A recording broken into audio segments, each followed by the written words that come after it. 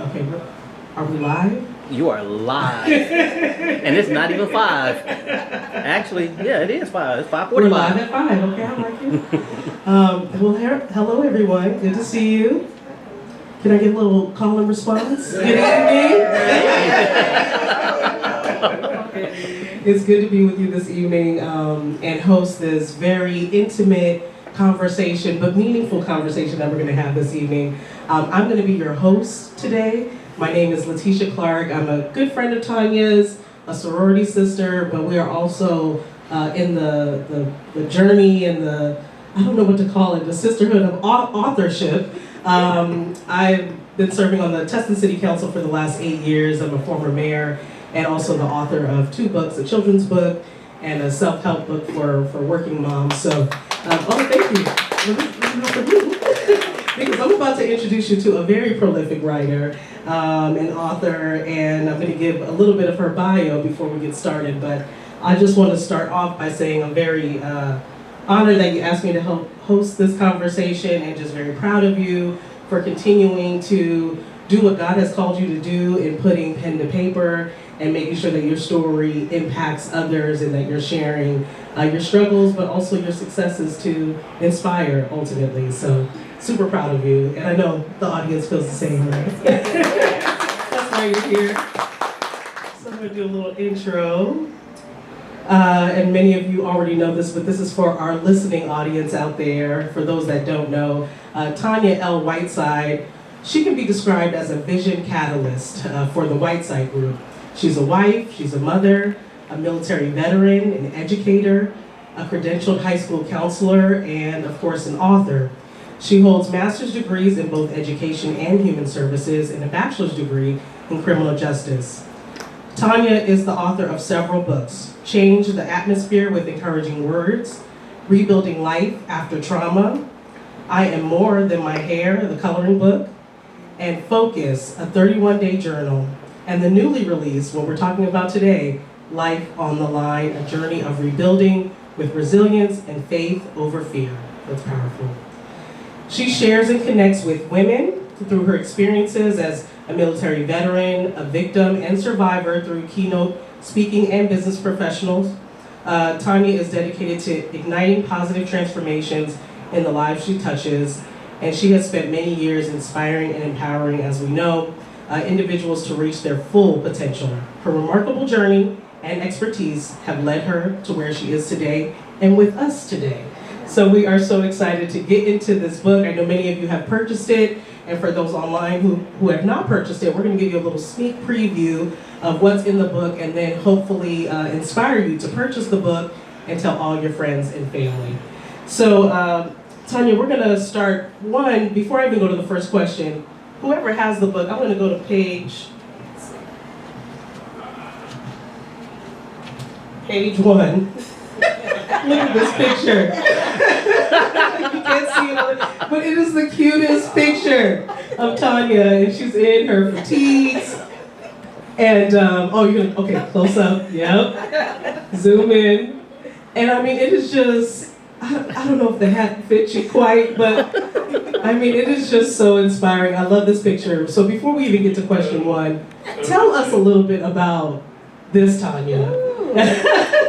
just igniting a path. Yeah. I think I might have been right at 18. Wow. I think they didn't let us enlist. I don't think you can enlist until you're at least 18 years old. So that was me at 18. And, they make you do all these things, stand here, do that. And I think I was a scared little girl because honestly, before that picture, I had just got on my first airplane ride. Wow. And I was so nervous. The lady that was sitting next to me saw how nervous I was, and she said, "Can I hold your hand?" And I was like, "Oh, thank you," because I had never been on a plane before. And I'm telling you, I was squeezing that hand of that lady. I was really scared, but we did make it. And when we landed, my orders said that this Alabama limousine was going to be picking me up. Okay. So I'm like, what? I get to go to basic training in a limousine? And And I'm like looking around, waiting for this limousine to come. Y'all know it was like the Greyhound bus, right? It had like a sign on the side that said Alabama limousine. I was in Fort McClellan, Alabama, Wow. when I took that picture. But I was 18 years old. Okay, I just wanted a little window into who that Tonya was, but I love it. Yeah, 18. And you went from not flying on a plane until you were 18 to Yep. doing all that you've done. I don't think you today. can count like a crop duster plane. Where we used to live, it was like a highlight of one of our summer trips. You could get on this little plane. I didn't count that one, but I said I'll never get on one of those again. That was the scariest ride ever, so I count that one as my first. Okay, ride. gotcha. Commercial. So my first question for you is, in your book, you draw parallels between firefighting, which we see you on the cover, and personal challenges. How can we apply the strategies used in firefighting to manage and overcome difficulties in our own lives and the fires in our lives, so to speak? Yeah. I think one of the ways that I drew parallel to that is when we think about fire happens because there's danger. There are lots of things that are happening, just like in our life. When we don't take care of issues and concerns when it comes to either work or family or friends, when there is trouble, fire can happen when things don't align. And that's how I see it in our lives sometimes when we don't take care of it. Or we know that there's danger coming because the brush is dry or there's been tension, there's been things. And so when we think about our life, that's how I see it as being parallel in some of the things that we go through. Well, and as a firefighter, volunteer firefighter, so you were, it sounds like you have a different perspective about how fires are started. Right. That maybe all of us don't think about it. As regular folks, we're often thinking about just responding to a fire once Right. it's already, we don't think a lot about prevention or how to mitigate. So you're using that experience too. Yes. And actually, I was actually getting paid. There are actual jobs out there as seasonal firefighters. So in the book, you'll read the story of how I became a seasonal firefighter. That was not my intention. I was looking to work for the FBI. I tell you that they didn't hire me for that internship. But as a seasonal firefighter, our job was to actually go in and start fires. You don't think about that because you have to burn brush to prevent larger fires from happening. Wow. And so it's very intense because the fire could still get out of control. And so we had to trust each other. We had to create teams, put people in place. There were people that would go in early. We worked in Oregon for a National Forest Service, and there were lumberjacks that would go in and cut down the lumber during the day, and then our team would come in and burn the brush after they had cut down the lumber. And so conditions still had to be right before we could start that fire. You know, so it was a very interesting job to be on a team that started fires. Right.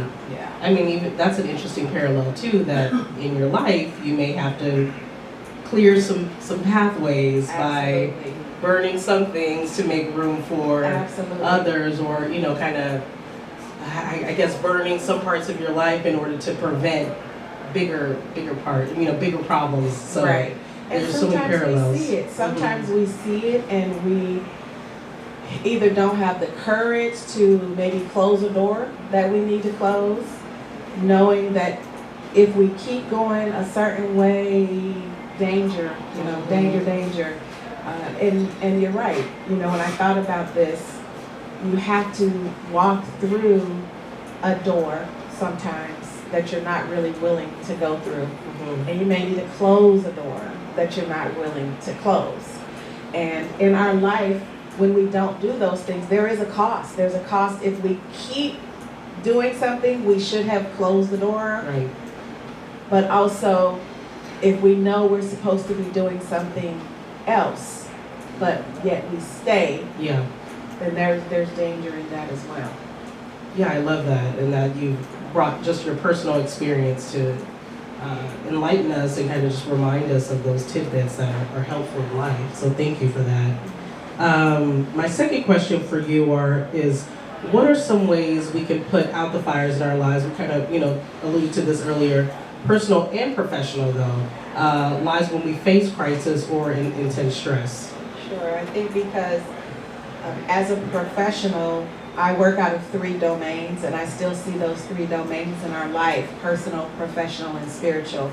And everybody will answer those things very differently. And it's the same thing in life.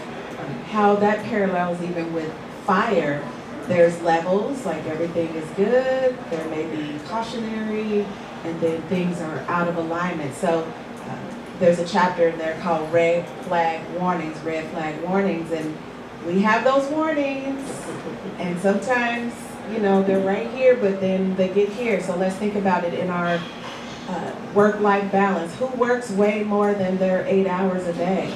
That's a red flag warning when you know that you're working way beyond. What about taking care of your personal health?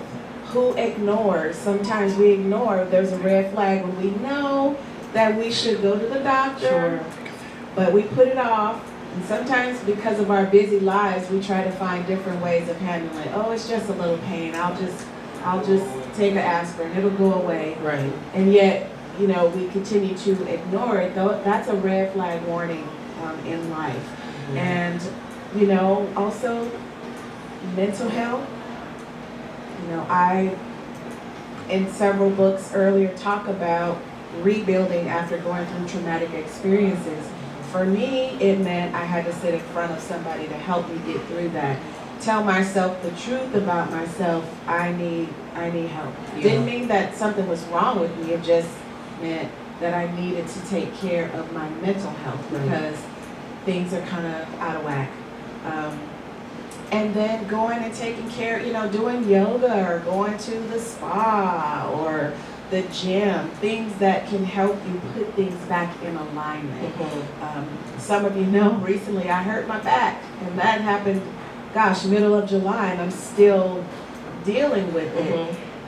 Maybe there was a warning that I ignored, I don't know, but at some point I couldn't ignore it anymore. Right. So there's definitely things that happen, like warning signs that come in our personal, professional, and spiritual, whether you are, following the faith, if you are sitting in silence and suffering, that is not good. That is a red flag warning. And so we have to address those things as they come up. And we can look at it through those 3 domains: personal, professional, and spiritual. I think probably everyone experiences some red flags, personal, professional, at some point in their lives. Yeah.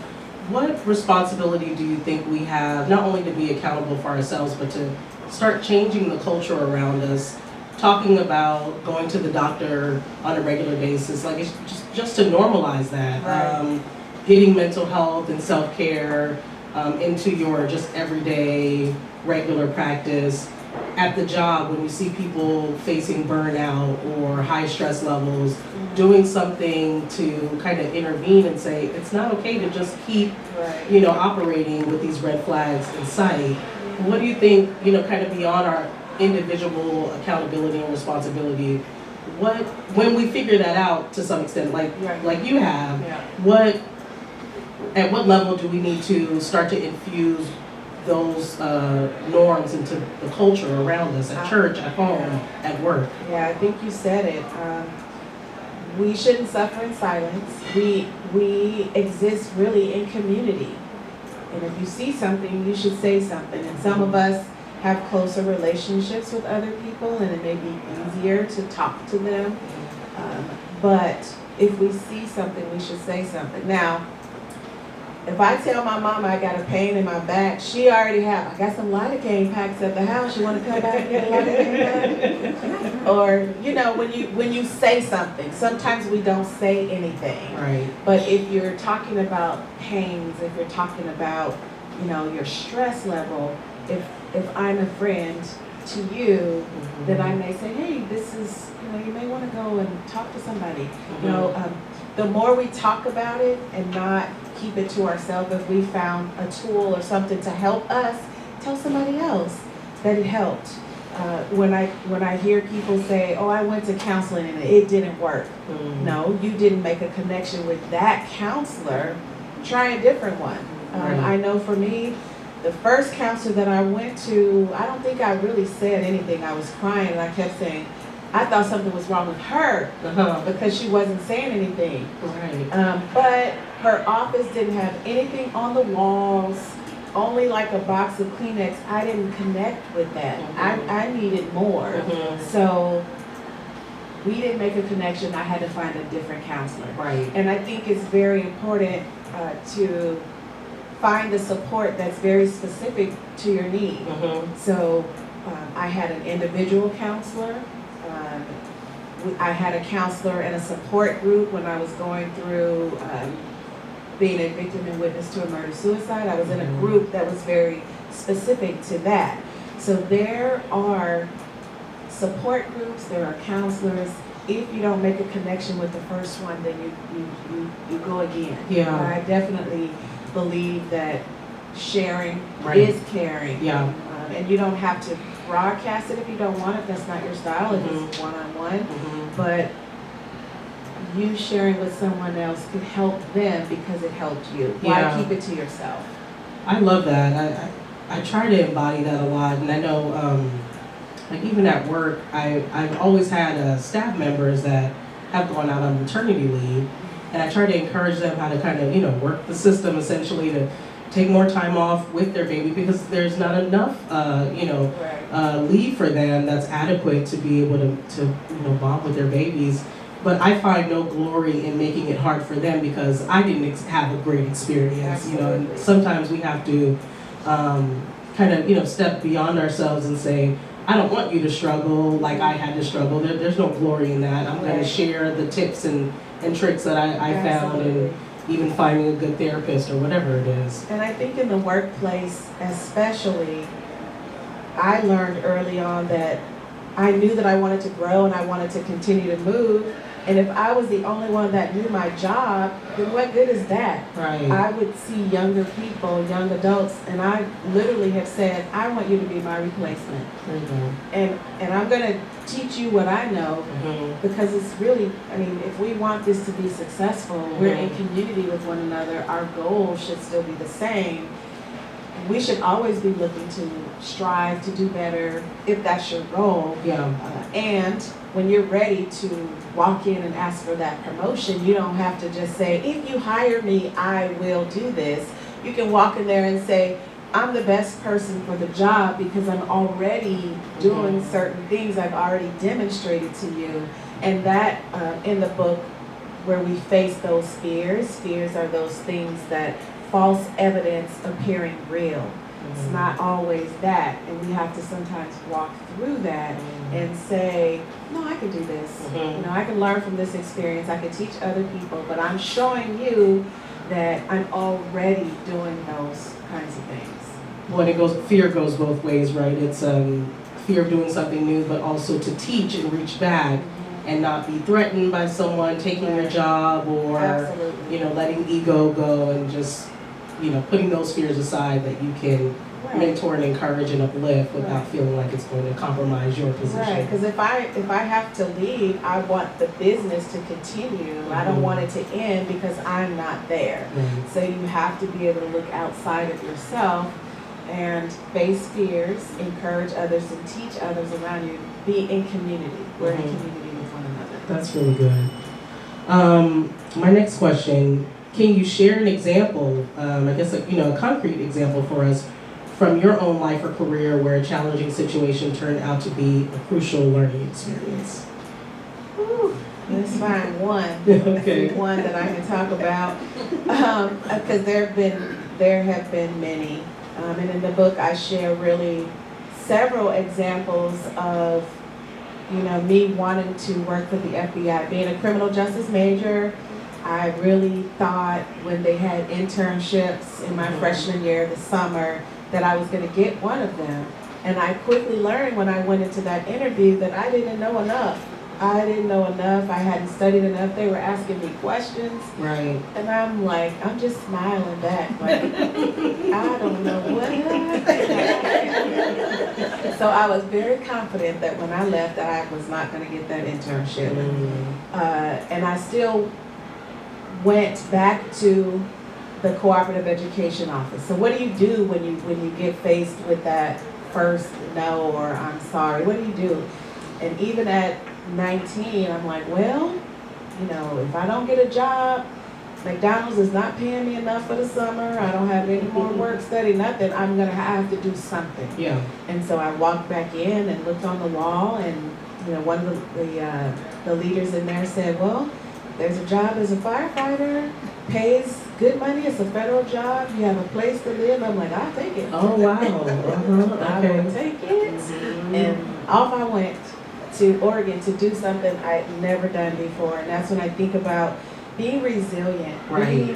being able to not let that no defeat you. Because I could have just said, oh well, I'll just wait until next year when I'm taking more courses and I'll try again. Yeah. It wasn't my first choice, but I learned so much from it. I enjoyed the experience so much. I did it a second summer. And I just continued, and it was one of those things, same with, you know, being in the military. I wanted to be a military police officer. Okay. You know, but I really truly think I heard them say I was too short because they didn't like give me the opportunity. And then they said, well, do you want to cook? I'm like, I don't even like cooking at home. I'm like a kitchen in the military, that ain't happening. And then, well, do you want to be clerical? No, I don't want to do that. I didn't want to do that. And they, you know, said truck driving because my mama said I couldn't jump out of planes. She was like, I'm already going to be scared that you join the military. Lord, please don't jump out of planes. So that was not going, that career wasn't going to happen. Okay. So truck driving came up. And again, it was a chance for me to do something different, facing a fear, doing something I'd never done before. And I'm like, I can do this. I'm going to do it. And I honestly, it goes back to my, believe it or not, my school counselor didn't really give me options. And it wasn't her fault or anything. It's just I left not really knowing, and I just kind of had it in my head. I have to prove to myself that I can do some other things. And so I was willing to put my life on the line and do some things, walking in fear. I think you said it goes both ways. Yeah. It wasn't that I didn't have any fear. I just walked in it. And I really truly believe I've been doing that probably my It whole sounds life. like your whole life. Probably. Yeah. And it just sounds like you've had this sense of openness your whole life. That Absolutely. even though you may have been scared, that you've just been open Right. to things that, you know, and then beyond what other people could see in you. It sounds like even in the military, they were trying to put you in a certain box, Right. maybe based on your gender or whatever, and you just didn't accept that. Right. So yeah, I think that's just something we all can embody, just being open to see what, even if you have a plan and a goal, Right. be open to what other doors open for you. Absolutely. What about telling us about your understanding of the principles of firefighting that help us create a sense of control and calm in chaotic or uncertain situations? Sure. How I see that is preparation. When we go, you know, when we think about it in our careers, I've learned that employers hire people they like, number one, because a lot of times you're working in teams, but they're also looking and assessing, can I trust you? So employers have fears just like we as employees have fears. Their fears are, we're investing all this time, money, energy in you. Are you going to be the right fit? I'm trusting that when I show up at work, you know, the doors are going to be open, because that has happened to people where the company has gone under and employees don't know. Oh, wow. When I go to cash my check, you know, is it going to, you know, or for the new age, you guys probably don't even know about checks. Everything is direct deposit. But is it going to hit my bank? So there are fears on both sides. Sure. But an employer is going to train you and teach you, you know, because they believe and trusting in you that they're hiring the right person. So when you've gone through training and you know the system, in firefighting it was the same thing. You know, we were all physically fit. They would tell us what we needed to know. A lot of times, because of my height and my weight, I had to be placed in certain positions. They didn't put me in positions that were going to negatively impact the team. So I didn't mind that I had to sometimes carry the gas can because it was heavy. I didn't mind sitting by the water tank, making sure that the water hose stayed connected, the fire hose stayed connected, because that was heavy too. So it's the training, it's the preparation in whatever we do. It was in firefighting, but it's the same in life, you know, except being a parent. We've never been a parent before, so that every day is a new day. You know, it's a new day in that. But it is still training. It's still training. So I can relate to this so much because you kind of what I can describe it as, you took a calculated risk at a young age to kind of put yourself in a strenuous situation to give you some armor, essentially, to be able to handle harder things, you know, in the future. We've talked about my experience when I lived in New Orleans, Louisiana, and I went through Hurricane Katrina as a young 20-something-year-old. I took a calculated risk to stay in the city and help respond, and it helped me build some armor to be able to take on harder challenges later in life. But today I couldn't take that same risk because I have other priorities. So, you know, I think for the young people out there, that's a message that if you can safely take on some risks to essentially build up your armor, your stamina, your ability to take on hard things and do hard things later in life, it's a good idea to do that early in your career. Take on challenges because there's not so much at stake. You know, you don't have a family, you don't have a mortgage, and you know, you can kind of take on a little risk to do some hard things early in life, and then it builds you and prepares you for later. And I think you just demonstrate that so well in the book. Well, and I also think having a family and a support system, you know, going back to school, getting a master's, when you're married and you have children, well, you need support because, you know, your time in doing those things. And so when you have a partner that you can go to and kind of say and talk about the responsibilities that are happening in the home and asking for help, not assuming things like, well, you see everything I'm going through. You should just know how to help. You should just know how to do it. Your husband's laughing a little too hard. So that just says in the beginning, before I knew what I know now. Right. You know, when I was by myself, it was just me that I had to worry about. But when you have a family and other responsibilities, ask for what you need. Ask for what you need help. I didn't always understand when my husband would ask for a list. I'm like, a list? You give me another job? No, you already know. No. Because they want to offer you the support that you need. So asking for what you need is also just as important as even if you were by yourself and you're taking these calculated risks. Having support is also very, very important. That's incredibly valuable. We were just kind of talking, you know, about the young people really quickly, but what advice would you give for maintaining motivation and focus when dealing with long-term or persistent challenges, which we all have, similar to how firefighters stay motivated during extended emergencies? They become a family. You're not alone. Find a support. You know, find people that are already doing the things that you want to do. Have mentors in, you know, the areas that you want to be in.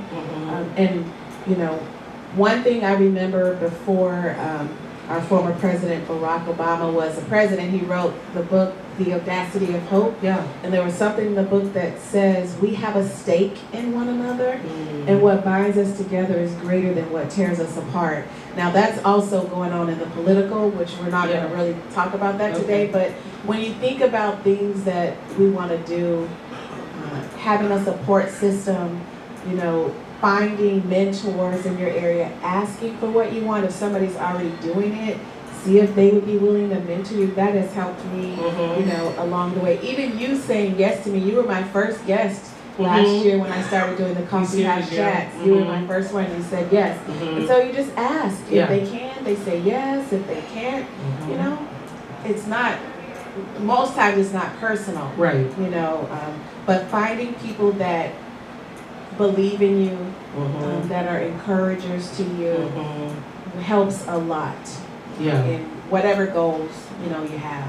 Speaking of, letting people know, and what would your advice be about kind of like sharing your ambitions and dreams? Because sometimes I think we'll hear in society that, you know, you should keep your goals tight to the vest. You shouldn't share with a lot of people, so you don't want those dream killers out there. But I've kind of always thought opposite, that you should tell people where you want to go and where you'd like to be, because they might be able to help you, maybe not right now, but at some point something will come up and they can think of you. I've walked through that, and I will, you know, bring it around to spiritual, because, you know, the word says, you know, that we don't walk in fear. Right. And our struggle is not against the flesh. It's very spiritual.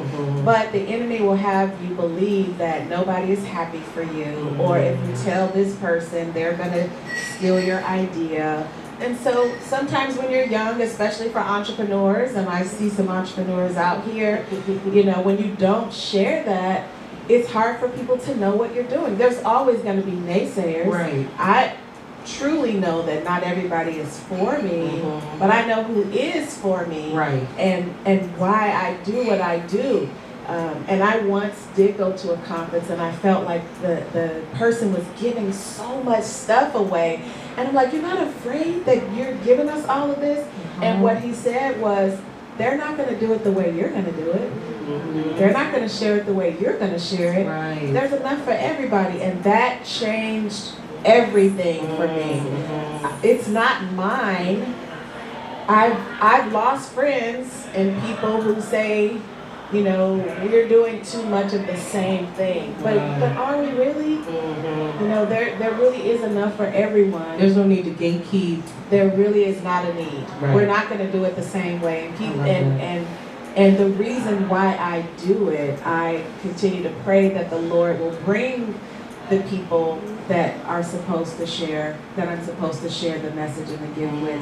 And I always keep in mind that man or that woman who may need to hear about rebuilding life after going through a traumatic experience. I'm looking for that person who needs focus and clarity, because they're ready to start a business, they're ready to write a book, they're ready to, you know, move up in leadership. I keep them in my mind. I have faces that go before me. That's what I do. So I no longer feel like I don't have to keep it to myself. There's enough for everybody. Yeah. I mean, the saying, high tides raise all ships, right? You want everyone to be doing well, because it's going to lift all of us up. Absolutely. That saying, you know, there was a saying, I am my sister's keeper. Sure. But there's more to that. I am my sister. I'm my sister. So if I hurt my sister, I'm hurting me too. Not just my sister's keeper, but I am my sister. Yeah, I love that.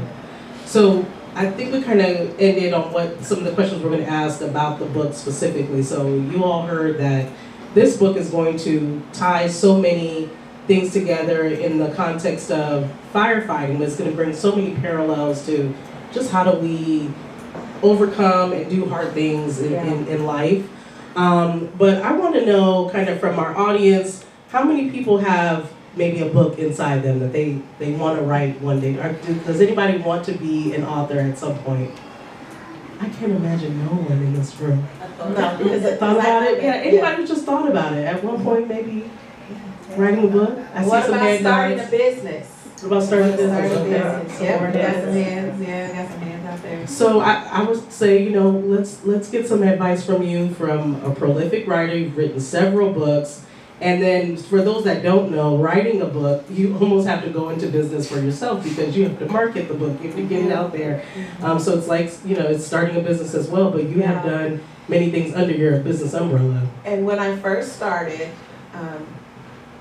I didn't know what I was doing. I went to a conference, and the person asked, anybody in the audience want to write a book? Wow. I was there because of speaking.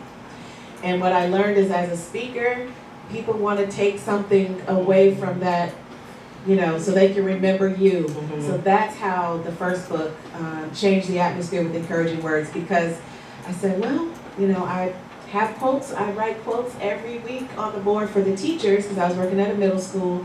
And y'all who've had middle school kids know what, teachers need that inspiration. So I would keep quotes on the board. And so the book has short quotes in it. And I created something called See It, Say It, Scripted. So you could turn to any page in the book, see, quote, say it, and then script it, either write it out. So I didn't put the book, in chapters. But I hired a book editor, and then I paid for printing. So that was the first way I did it. And so I learned from that experience that I needed a little bit more. So I found, with the next book, I found a company that I could self-publish with. And with more guidance, they could help me create the cover. If I wanted to market it other places, if I wanted it on Amazon, if I wanted it sold. So then I knew to get more support. But I've done all self-publishing, and I would say to anybody who wants to write a book or start, there are resources that are free and available out there for you to start that business. Absolutely. For you to write a book. There are free resources out there to help you get started. And as you learn, you grow, you can change and, and do other things, but just start.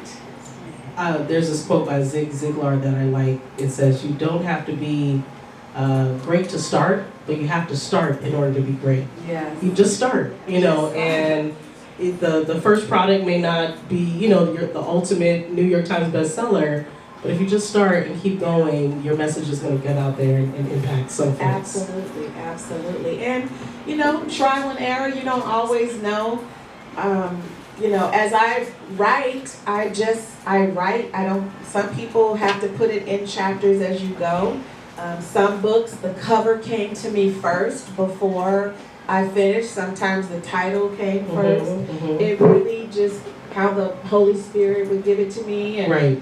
And sort of like Forrest Gump, when he was running and then he got to a point where he just stopped and turned around. That's kind of how it was and how it is when I write. Yeah. It's like, okay, that's it. Yeah. I'm done. All right.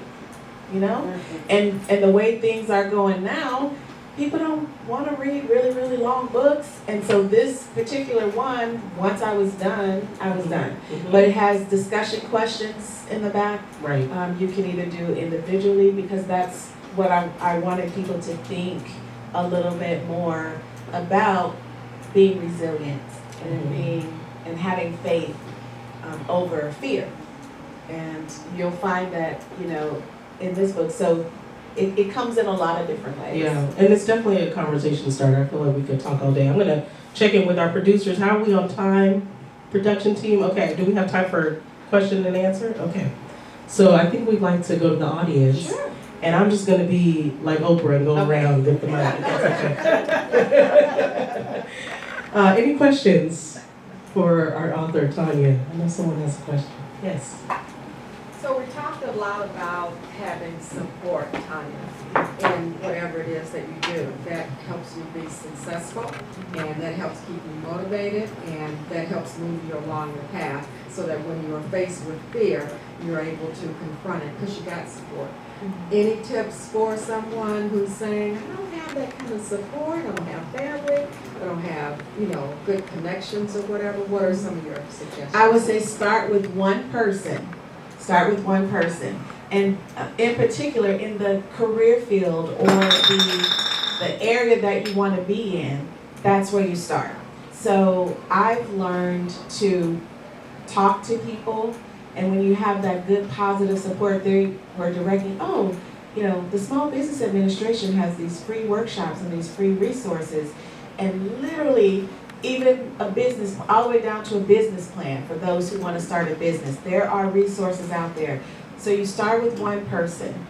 We have the internet where you can start doing internet searches to find resources in your area. They pretty much have them almost in every city or in your county to find those resources. So you can Google it, you can ask somebody that you know.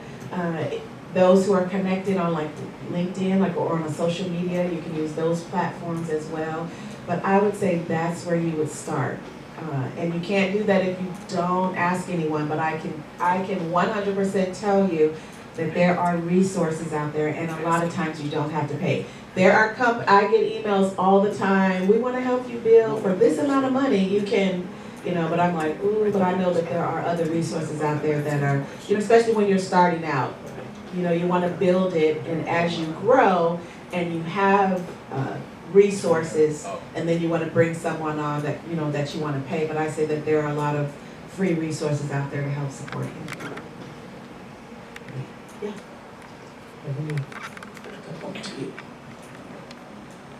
And on the free resources, it's so important to utilize them because then you know what to expect when you pay someone, so you know what you can get for free. And you don't want to just start off by paying someone a high fee because you may not even be getting your money's worth. Right. So if you use those free resources first to kind of say, okay, I know I can only get this much or go so far with the free resources. So paying someone, I should be getting more than that. Right. It just gives you a good level of what to expect in services. Right, and I've done that too. I've paid, but there are some low cost. So I paid for marketing things, I've paid for logos, I've done all that. But really when you're starting out, you don't have to spend all that money first. And I think that's a mistake that a lot of people make, that you have to have all of these things first and then I'll launch. Not always, not so. I've spent a lot of money understanding that I didn't have to do all of that. I just had a question. And then you stated that you went to school for your master's, and you needed that support with the family and etc. So, what advice would you say for for myself as a single mom? I do have my parent with a 7-year-old. I'm in school and I work. And it's just getting harder and harder as I get into externship for surgical tech. So what's your advice to balance that? So do you ask for help before you get to that your breaking point? Have you asked for, is what I said earlier, you have to ask for what you need. Have you done that? Yes, I have. Because Okay. a 7-year-old, they can't stay home by themselves. Right. I have my mom. Right. Help, I know she gets exhausted. My dad's there, but I don't know. It's hard. Right. For me, the first master's, I didn't ask for help, and I ended up dropping classes because I couldn't balance working full time. The boys were younger. It took me way longer than I was supposed to. The government came after me and said, look here, if you don't finish this, we're going to close you out on you. But the second time around, by asking for what I needed, I had to literally dig in and be very strategic with my time. So normally when you're going to school, you know when your assignments are due, you know what days, and you have to be really disciplined. You really do. They would know. Sometimes I would put a sign on the door to say, for the next X number of hours, I'm just doing my work. And I really thank you guys for picking up, dinner or doing the dishes or the clothes or whatever, because for this amount of time, I need to meet that 11:59 p.m. time for posting the papers and everything on a Sunday, So you have to be really, really strategic with your schedule so that, everything still gets done. You're not sacrificing the time you're spending with your son, and you're still being successful in school. Not easy, but doable. Not easy, but doable. I think she'll be able to hear me now. Well, the recording is. I know you talked a little bit about moving forward in fear, and I know a lot of times people allow fear to stop them from moving forward. And I always like to tell people that the fear doesn't go away. You gotta find a way to do it in spite of the fear. Can you speak to, and I like the way you talked about preparation. Can you talk a little bit about preparation and habits and how that enables you to move forward in spite of fear? Absolutely. I start every day with my U version Bible. I mean, I have it open every single day, and sometimes I continue reading until I feel much better. Speak over yourself. Don't wait for somebody else to encourage you. I mean, if they do, great. But I tell myself, I can do all things through Christ who gives me strength. And I just keep going. I listen to music. I just continue to put positivity in front of me. And for me, praying, reading, and just, starting the day with, good morning, hope. Welcome, love. Come on in, patience. That's my saying. That's my saying. I pretty much say it every day when I walk into the office. But speaking those things that are not as though they were. Not looking at what didn't work yesterday, because today is a new day. And don't take the things that didn't work yesterday into the new day. You don't have to do that. But really learn from the experiences. Not every day is going to be the best. But what can I learn from what happened yesterday so that today we start over new? Every day is a new day. And I think when you think about fear, it's that false evidence of things appearing real, but it's not real. What voice do you want to listen to? I know if I listen to that negative voice, what the outcome is going to be. I already know. And so, but sometimes you just want to go there just a little bit. But you got to watch yourself so you don't go too far that way.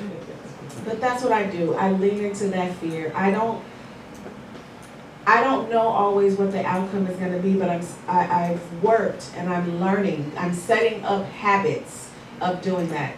Remembering that today is a new day. Yesterday is gone. I can't get that back. How can I make the most out of today? And sometimes you got to look in the mirror and just, say that, good morning, gorgeous. Isn't that song that, you have to start to tell yourself those things. And it's great if you have people in your life that are encouraging for you. That helps as well. Yeah. I don't know, Tonya, we might need to get that on a t-shirt or a mug. I think we should all practice it right now. What did you say? Good morning, Good hope. morning, hope. Welcome, love.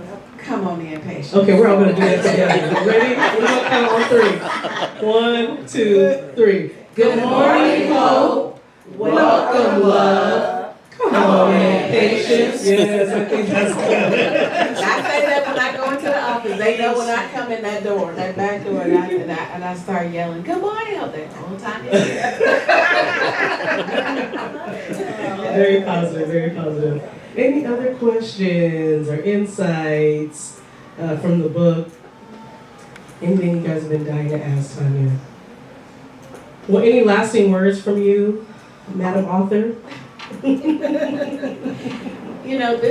This book was a long time coming, and I just saw it as an opportunity to share, especially in spite of what's been happening in the world when it comes to being resilient.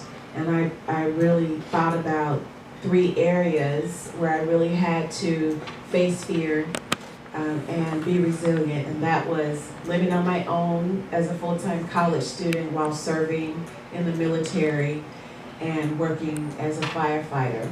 How all of those things came together, and with my faith.